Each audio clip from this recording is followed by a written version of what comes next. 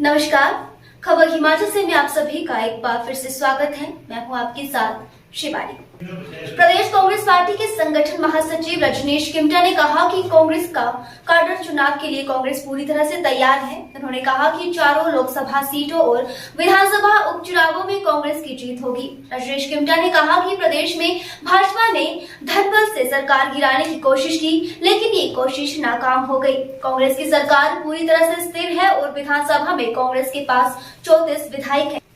उन्होंने कहा कि भाजपा की जनमत को नुकसान पहुंचाने की साजिश नाकाम हुई है और ऐसे में 4 जून को भाजपा को मुंह की खानी पड़ेगी। वहीं इस दौरान रजनीश किमटा ने कंगना रनौत को प्रत्याशी बनाने को लेकर भी भाजपा पर निशाना साधा। कंगना के बहाने भाजपा पर निशाना साधते हुए रजनीश किमटा ने कहा कि कंगना को प्रत्याशी बनाने से क्या भाजपा का काडर संतुष्ट है। उन्होंने कहा कि भाजपा के अंदर खलबली मची हुई है। भाजपा से सवाल करते हुए रजनीश किमटा ने पूछा कि उनका नाम राजेश से गया था या सीधे तौर पर उन्हें प्रत्याशी बना दिया गया।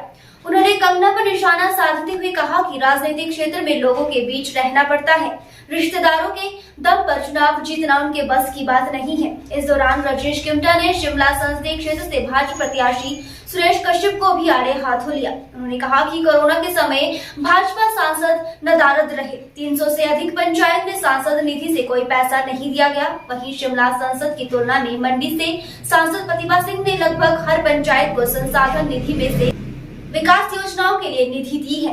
उन्होंने कहा कि आने वाले चुनाव में भाजपा को बुरी तरह से पटकनी पड़ेगी।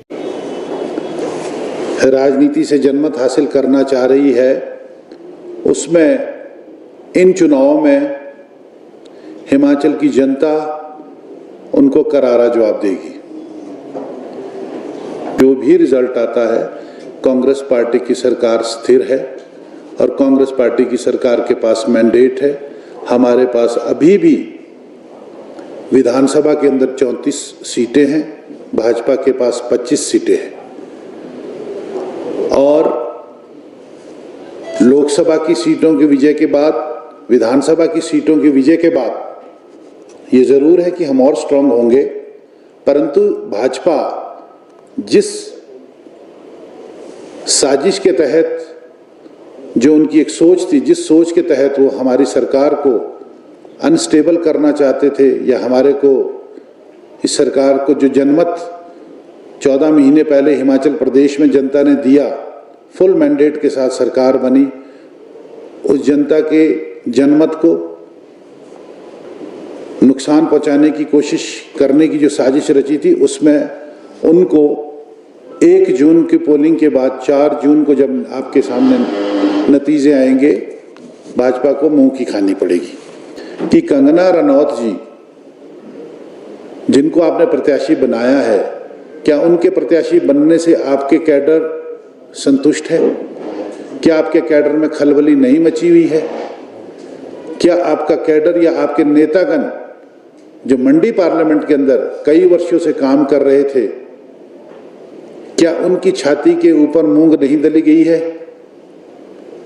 और वो शिक्षा तो हमें देते हैं। कईयों बार आपने ये बात कही, कईयों बार भाजपा ने ये बात कही कि कांग्रेस ये कर रही है, कांग्रेस वो कर रही है, पर हम भी इनसे पूछते हैं, आप अपना जवाब क्यों नहीं देते? क्या कंगना रनौत का नाम भारतीय जनता पार्टी की स्टेट से गया था? यहाँ की लीडरशिप ने उनका नाम को भेजा था, या वो सीधे ही सिलेक्शन से ऊपर से आई हैं? और उसके बाद कंगना जी से भी हम ये क्वेश्चन करते हैं कि ठीक है, हम उनकी इज्जत करते हैं, हमारे प्रदेश की बेटी है, कि उन्होंने हमारे पीडब्ल्यूडी मिनिस्टर विक्रमादित्य जी के ऊपर भी एक टिप्पणी की कि वो मंडी पार्लियामेंट के नहीं है, वो मंडी के नहीं है। तो अब मुझे हैरानी की बात हो रही है कि जिसको भारतीय जनता पार्टी ने लोकसभा का कैंडिडेट बनाया है मंडी पार्लियामेंट से, she is fighting the election of member of parliament, उनको ये अंदाजा नहीं है कि मंडी पार्लियामेंट में कितने विधानसभा क्षेत्र आते हैं और किस विधानसभा क्षेत्र में विक्रमादित्य जी का घर है, या उनको इस बात का अंदाजा नहीं है कि विक्रमादित्य जी के पिताजी स्वर्गीय राजा वीरभद्र सिंह जी 1971 में पहली बार मंडी से लोकसभा के सदस्य बने और 4 मर्तबा वो सदस्य रहे मंडी पार्लियामेंट से, और 3 दफा उनकी माता जी श्रीमती प्रतिभा सिंह जी सदस्य रही।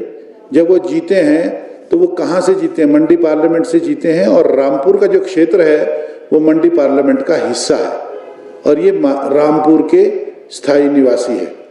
अभी उनको तो ये भी समझ नहीं है कि इस पार्लियामेंट में कितने जिले हैं, कितनी कॉन्स्टिट्यूंसियां, कौन आदमी कहाँ से लड़ रहा है। तो मैं ये चाहूँगा कि भाजपा वाले उनकी जो नॉलेज है, राजनीतिक नॉलेज, उसको बढ़ाए और उनको समझाएं।